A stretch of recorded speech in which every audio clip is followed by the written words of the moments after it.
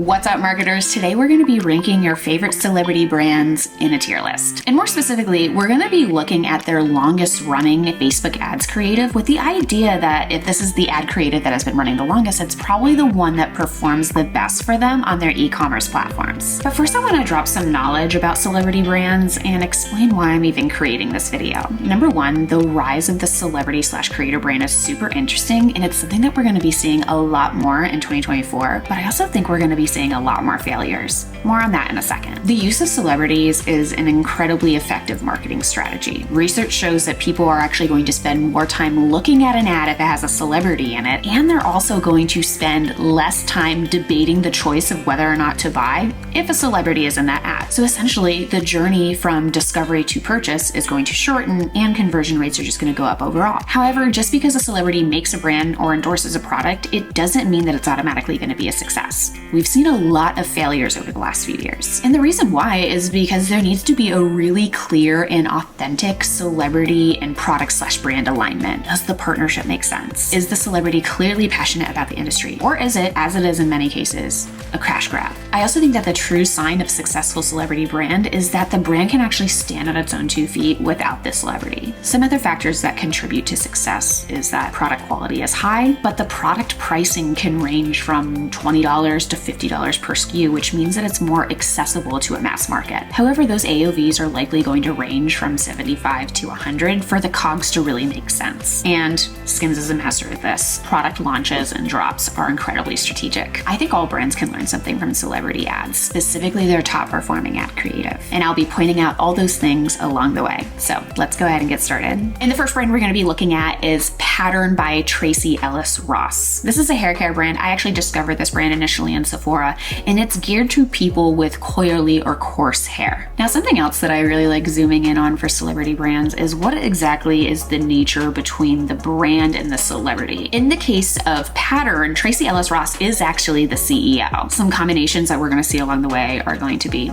some are CEOs, some are actually running their company, some are just founders, some are founders/creative directors because they want to have a heavy hand in that creative direction. But for the purposes of this video, we are ranking these celebrity ads based solely on their Facebook ads creative. So what I actually loved when I was looking at Pattern's ad library is I saw that they had a wide range of creative diversity, and they were testing out many of the tried and true performance formats. I actually think that this brand does a much better job than the average celebrity brand at leaning into more of those performance-based tactics, which tells me that they're probably actually doing a pretty good job on their meta ads. So you can see right here, they have a statistics style ad, which is the #1 leave-in conditioner once sold every minute. That's a really cool stat. Also a bullet point feature. They have a features point out ad. They're leaning into some press, and they also have some UGC. And what's interesting about all of these ads that I'm pointing out, right, is none of them feature Tracee Ellis Ross. So I think that this is, again, one of those brands that can stand on its own 2 feet. But when we are looking at the ad creative only, honestly, I think that this is a really solid, good attempt, and they're much more performance minded. But in terms of their Facebook ads creative, I would say clever and probably converts. Honestly, this is a really, really great attempt. I actually think I would have liked to seen a little bit more of Tracee Ellis Ross in the ad creative, and also getting a little bit more of those ugly ads in the mix. But honestly, I think that they're doing pretty good. Next up, we have Cora Organics, founded by Miranda Kerr, who was a former model, actually a former Victoria's Secrets angel, which is really cool. She is also the CEO of Cora Organics, which is an organic skincare line. Now, I would say this is a really typical celebrity brand push. We see Miranda Kerr in a lot of the ad creative, and a lot of the video creative too is very highly produced, really. You know, it doesn't really say modern day social media to me. We're not really seeing a lot of that UGC and any ugly ads to speak of whatsoever. So honestly, I would say it depends. I actually think that this brand is one that doesn't lean on their e-commerce platform as much as they could. could, they probably get a lot more traction out of being inside of retailers, and that's their main push to sell their brand. But if they really wanted to grow their e-commerce platform, they'd have to have a lot more creative diversity in the mix and also work with a bigger range of creators, I'd say. Next up, Henry Rose. This was founded by Michelle Pfeiffer. She is the founder and creative director, so it's the first time we're seeing that combination in the mix, which I feel like is what a lot of celebrity brands end up becoming. The story behind Henry Rose is that Michelle Pfeiffer created this brand because she wanted non-toxic perfumes, and now this brand is primarily being sold in Sephora and other retailers, right? So let's take a look at their Facebook ad creative. Honestly, I'm pretty surprised at how native a lot of this ad creative feels. So they're doing some UGC. They have a really wide range of creators too. Michelle Pfeiffer is in her 50s, 60s, but we see people in their 20s in these ad creatives, which I think is pretty cool. They have a press screenshot style ad, this green screen one. They have a few other... Fun fact about me is that I cannot leave the house. They have a few other just like typical UGC creations. Honestly,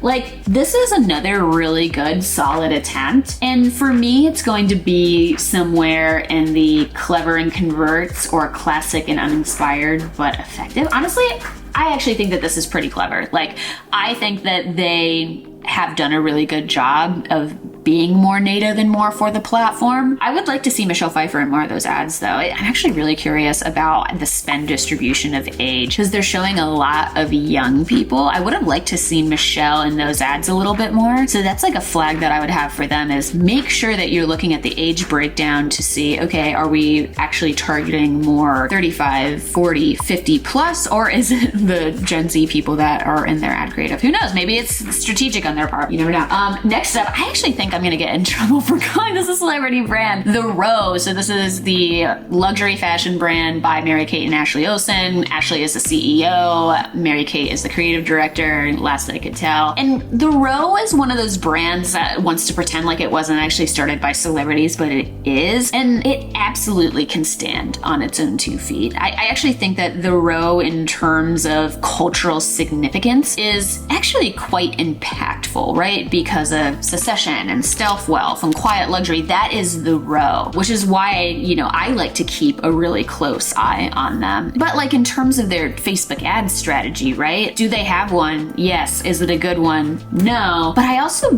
don't think that for really big luxury fashion brands, like e-commerce isn't the name of the game. They're not necessarily trying to get conversions out of that ad creative. They just want to be shown to people, and then later down the line, those people going into a Bergdorf or a Barney's or, you know, into one of their stores, and then they end up converting. It's a really different strategy than what we're used to. So for The Row, I'm gonna put them in depends, but I actually really did like some of their Polaroid pictures that they had in the mix. It probably doesn't convert. I'm gonna be honest, it probably doesn't. But as a creative, I thought that it was really cool how they were trying to change up a lot of their mix. And I think that that's something that we'll see a little bit more brands doing, kind of in the way that Bottega did their recent campaign, which was taken like it was a paparazzi shot, which is sort of ugly ads-esque. Yeah. Next up, we have Chamberlain Coffee, which is founded by YouTube star Emma Chamberlain. Exact role undetermined, but I've actually heard that she's pretty involved in the brand and the direction and the product development. She is not the CEO, but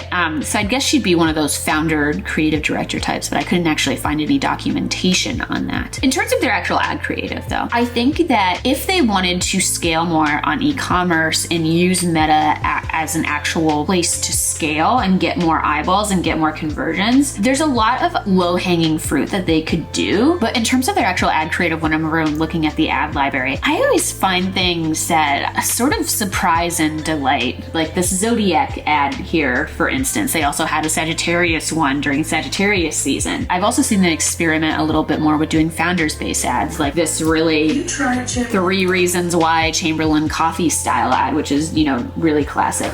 I would say, even though a lot of their ad concepts aren't super classic, I think it's a really classic attempt for a celebrity brand. Like, I do not think that Chamberlain Coffee is on Meta ads to grow. I think that they've realized that they need some sort of presence there, and a lot of their ad creative could be considered retargeting in a sense, because the people that are going to end up wanting to look at Emma, wanting to look at their ad creative, or potentially being customers are people that know of Emma, right? And already know of her affinity with coffee. So it's just about, showing up where your consumers are. It's not necessarily about like growing, scaling. Something else that I admire about Chamberlain Coffee is I think that they've taken a pretty slow and steady approach to growth instead of really trying to be in every single place and throttle the Meta ad spend. They've taken it slower, which I think is also just emblematic of like who Emma is as a founder, which I think is kind of interesting. Next up, we have Rare Beauty by Selena Gomez, where she is the founder. I also see her being active in a lot of the creative direction, as well as a lot of the influencer trips that Rare Beauty tends to host. This is something that I see a lot of beauty brands doing. She has a full C-suite to actually run the company for her. People like Katie Walsh, who's a really great CMO. This is also one of those brands that as TikTok and beauty TikTok began to rise in popularity, so did this brand. I think that this brand really rode that wave really well. And part of the reason is, compared to a lot of other beauty brands, especially a lot of other beauty celebrity brands, the price point is a lot more accessible to people. And something that I see again and again on beauty TikTok is how good it is for sensitive skin, and really how high quality the products are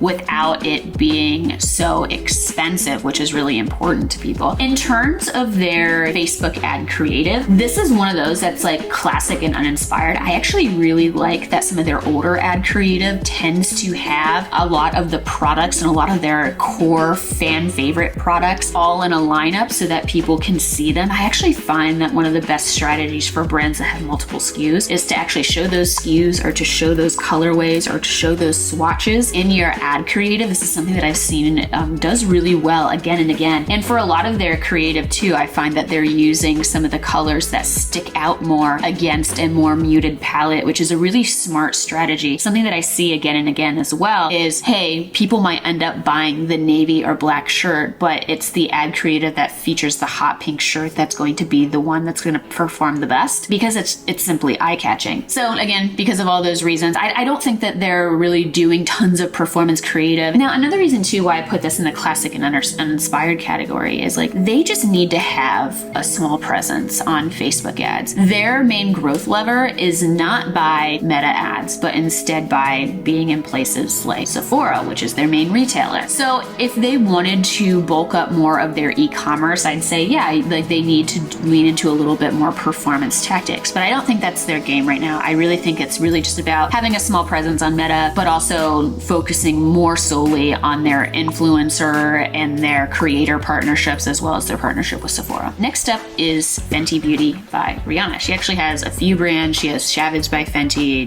Fenty Skin, as well as Fenty Beauty. For the purposes of this video, we are looking primarily at Fenty Beauty. As far as her role in this company and all of her companies, I think she's primarily just a founder. Fenty Beauty is another one of those brands that has incredibly high quality. And I think that another thing that Rihanna did at the beginning that helped them stand out and sticks out in my memory as a consumer as well is when they introduced so many different colorways or color options and swatches, which was kind of unheard of, especially when we look at a D2C brand like Glossier, who when they first started launching foundation really only had like 3 to 5 to 7 color options. When Fenty came out, they had about 22 or 30. Fact check me on that one. That idea that your product and even your SKUs amounts can be part of your overall marketing strategy and your messaging is something that I think Fenty was one of the first to do really, really well. In terms of their ad creative and their longest running ad creatives, and I love that they do, is they use Rihanna and really lo-fi, get ready with me style UGC videos, and it feels really, really authentic, but they're also contrasting that with some some of the more studio shots. And I even think like just some of the images that they're using, like this hot chocolate holographic lip gloss.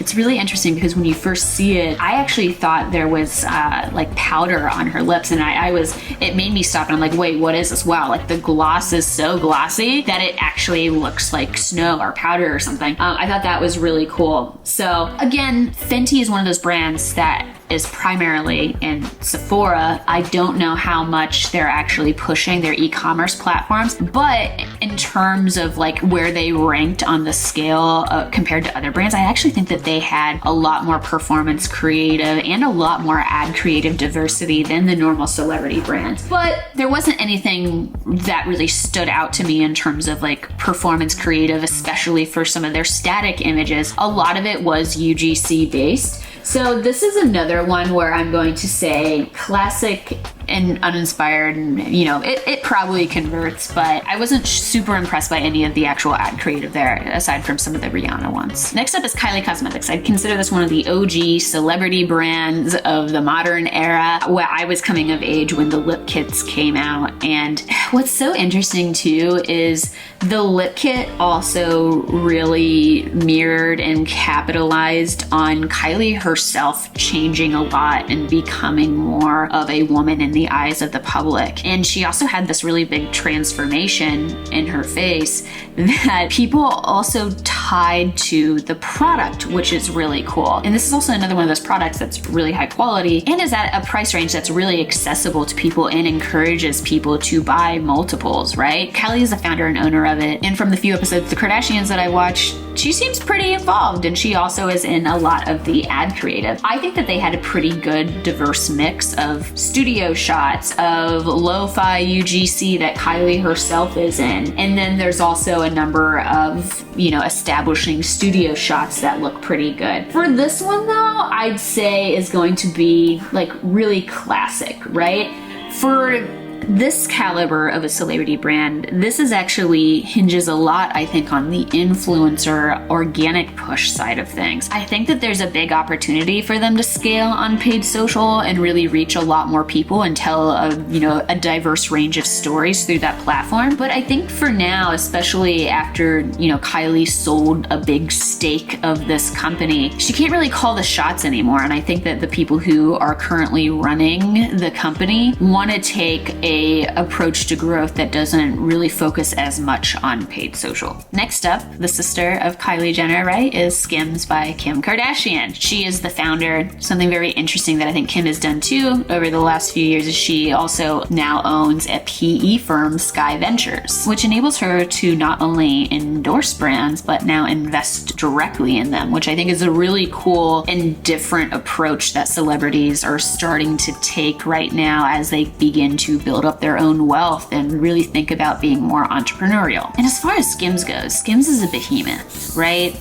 And so much of the Skims genius has really nothing to do with the Facebook ads creative. And I think actually a lot of their strategy there hinges on drops and highlighting certain celebrity partnerships, which is really smart. But I think their overall marketing strategy is something that is Ogilvy tier. And this is something that I ranked for them too in the last video. But the reason why Skims can get away with only doing a few types of performance creative on paid social is because at a certain point, you just need to have a presence there and you just need to be top of mind because everything becomes retargeting at that point. There's not many people in the US or in the world that haven't heard of Kim Kardashian, that haven't heard of Skims. In fact, their revenue has already far exceeded that of Spanx, which was the OG in this market. So there are a few things that make Skims Ogilvy tier without just thinking about their Facebook ad creative, but it does tie into that. Number one, their product launches. They're incredibly strategic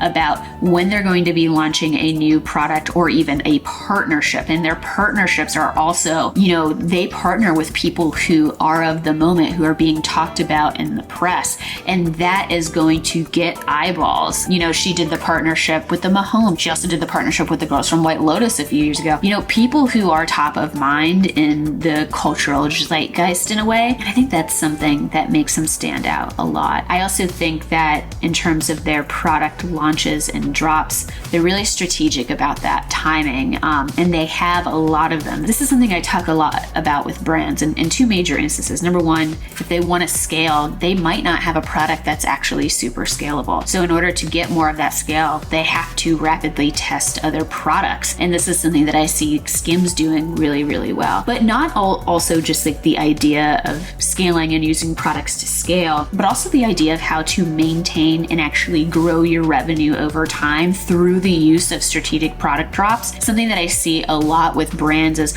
in the months leading up to Q4, Black Friday, Cyber Monday, we often see a drop. And something that I saw that Skims did that was really smart was, they had several really strategic launches right up until that point, which can help them maintain and even grow their revenue at a time when brands are actually holding back. So something I talk about a lot with brands is, how can we place a really strategic product launch around times when you think revenue is not going to be as strong as it is? Maybe you want to relaunch some of your best sellers around this time, something that often sells out. Maybe you want to try a product that a lot of your users have been asking for and you have high confidence in it actually selling out. So these are things that I think make Skims Ogilvy tier. Next up is Rhode by Hailey Bieber. She is the founder and creative director of this brand. In terms of their actual ad creative, I actually really dislike their ad creative, and I overall have a lot of questions with their team. They seem to be using weird filter grades over a lot of the stuff, and half the time I couldn't even really tell what product was being sold. I also find that right now they're tending to do a lot of specific product pushing, which is probably making their Facebook ads not perform as well overall. Now, the product that does the best for them, has the most reviews, and is often talked about on social media are their lip balms. But the one product that they seem to be pushing a lot is this glazing milk. That tells me they're trying to push a specific product. It may or may not be working. I assume that it's not working because I think that it's not as scalable ultimately to get someone to want to invest in this type of product. And it's also inherently a risk for some people, right? I also find that skincare, and especially skincare online, can be inherently risky to people because everyone has different skincare needs. So if you're trying to push a specific foundation or moisturizer or skincare product, that's going to be a lot harder than a lip gloss, which is way more scalable. But COGS are lower, right? So it's just, it's not as great. I have questions for the Rhode team, but I also just think Meta isn't their main game. They're mostly growing and scaling based on Hailey and based on some of the influencer partnerships. I do think that they could end up scaling a lot more on the platform with a different approach though. Next up is Yitty by Lizzo, who claims she is the CEO of the brand. It's interesting. When I was looking at this brand initially, I was like, okay, it's kind of like the slightly lower quality, cheaper option to Skims. And obviously the demographic, I think, is a little bit different as well. The concerns of people who are going to buy Yitty are different than people who are buying Skims. Even though Skims has a really wide range, I think that Lizzo and her brand Yitty speak really specifically to a demographic. In terms of their performance creative though, I actually thought it was really spot on, and they had a really great use of performance tactics more before and afters. I also really like this ad that they had that was on site versus reality, which is something that I think a lot more brands, especially clothing brands, could do. And they were doing this features point out. I also will never forget this. My first Yitty ad that I saw, this was a year ago, was of Lizzo taking off her underwear while wearing a bodysuit. Hey, you're gonna get some eyeballs with that for sure. She's also in a number of the ad creative. So I'd actually say for Yitty, they're in the clever and converts probably category. I actually think that they're doing really well on paid social. They also have a lot of offers-based creative. Sometimes the offers look a little too high for me, but it's kind of like a Fabletics, right? And they also have a partnership with Fabletics. So I imagine they're actually doing pretty well and scaling well on that platform, and the product pricing is really accessible to a wide range of people. Last one, Once Upon a Farm, which is a brand co-founded by Jennifer Garner. Thank you, Nate Rosen, for this brand. This is a brand that's probably going to be sold in grocery stores, I'd say. But as far as their Facebook ad creative is concerned, they utilize Jennifer in several of the ads, and they also are doing some really strategic A/B tests with some of their creatives, which I think is smart. Like this one right here, they have a headline wave bar that says organic snacks and meals for babies to big kids, and they're also just like split testing that with just the image of Jennifer Garner, which I think is really smart for them to like frame who they're actually trying to reach. Some of their older ad creative is a lot more of the studio shots and stuff, but I'm starting to see that they're doing more UGC over the last few weeks and months, which I think is cool. So for them right now, I'd say they're in the classic and uninspired but probably effective category. I do think that if they continue to like test more creative, especially as time goes on, the brand grows, they could probably be more in that clever and converts probably category. All right, now let's take a look at where we are. Skims is the only one Ogilvy at the top. I feel like I'm just a Skims fangirl at this point. Yikes. We have Pattern, Henry O's, Yitty. Lots of people in the classic and uninspired, but again, I think that for celebrity brands, like growth on Meta is not their number one priority, and it's probably not even their second or third priority. It's just about maintaining a certain amount of exposure, and they sort of have to be there. But yeah, I hope that you guys learned something, and how about you let me know in the comments below what your favorite celebrity brand is. Maybe I'll do another one of these, and I'll chat with you guys later. Bye.